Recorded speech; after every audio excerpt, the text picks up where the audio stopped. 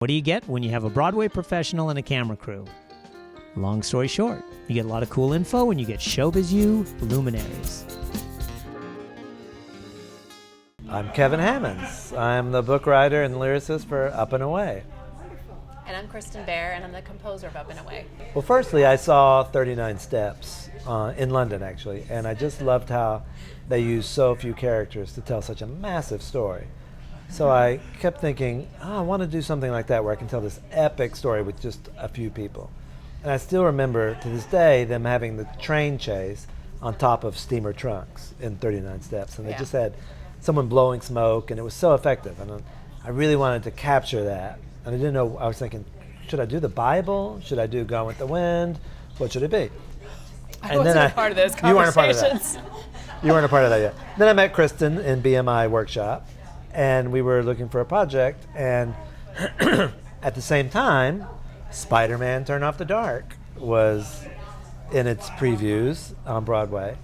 And I just kept reading so many articles about how things were going wrong with the special effects and the technical aspect of it. And I thought, well, gosh, don't they know that if they just focused on the story and the characters, that the special effects is secondary to that? And so then we started talking about, what if we did a superhero story like that, like 39 Steps, with just a small cast and no flying. Don't worry about the special effects. And so that was the impetus of the show. I think everyone's always fascinated with superhero origin stories, and what we did was decide to focus on the world's first superhero, which would be, in our world, even before Superman. And so we got to play around with, okay, well, how did the trope that they wear capes come about? How did they get the costume? All those things that kind of have evolved into what we think of as a superhero now, we had a really good time with just playing around with that. And for us, without going into too much about the show, we have simple characters that then go on this journey that also involves these epic things where people are flying and all the superhero stuff. So I pulled from a lot of different genres because I had to touch on their simple origins, but I also had to almost make it feel cinematic to stage the big superhero fights and that sort of thing. So to be truthful, the things that I drew from the most were movie scores. I think it came at a really interesting time for our show because we had a production in Pittsburgh. It was a world premiere and we were so excited about it. It gave us from a business side a perspective of, okay, this is our show and this is how a theater chose to market it. And with a superhero musical, it's a little bit tricky because there really, except for Spider-Man Turn Off the Dark, there hasn't been a superhero musical. With knowing what the demographic is for the typical theater goer, superhero musicals were not necessarily on their list of to-dos. So we were a little hesitant to say, hey, this is a superhero musical, so maybe people interested in superheroes would want to go see it.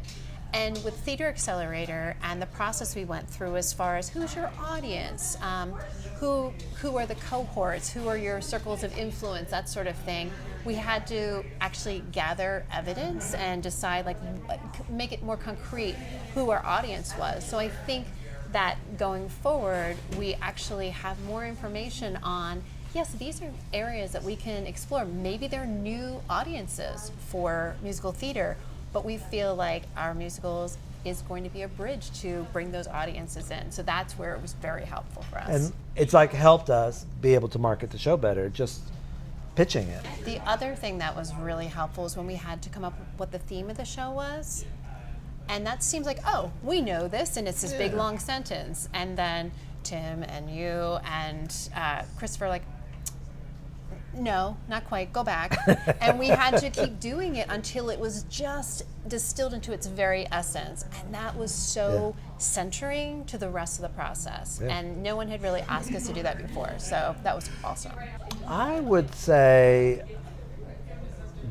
definitely do it because it's not your typical workshop or your typical program where you're learning about the craft of writing. It's about so much more, and it's about you owning your project and taking ownership of it and marketing it on your own terms and not waiting for someone else to come in and say, this is what you should do. You know, you learn the business aspect of it, which I am terrible at. If I were good at it, I'd be a billionaire right now, but I'm not. So to learn how to do it and learn the steps and learn what's important, like to learn your target audience, and that's so important. So I would tell them to do it because there's so much more to writing than just playwriting. It's learning the business side of it is crucial. And I feel like the biggest takeaway that I had from a creative side was that you have to be your show's best advocate.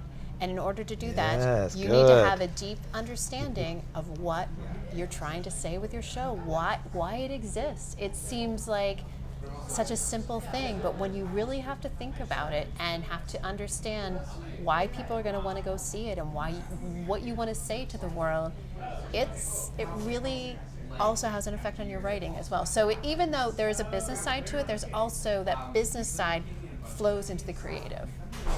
We had a reading today, and we discovered that we're closer to what we want it to be. But oddly enough, we were talking after the read-through.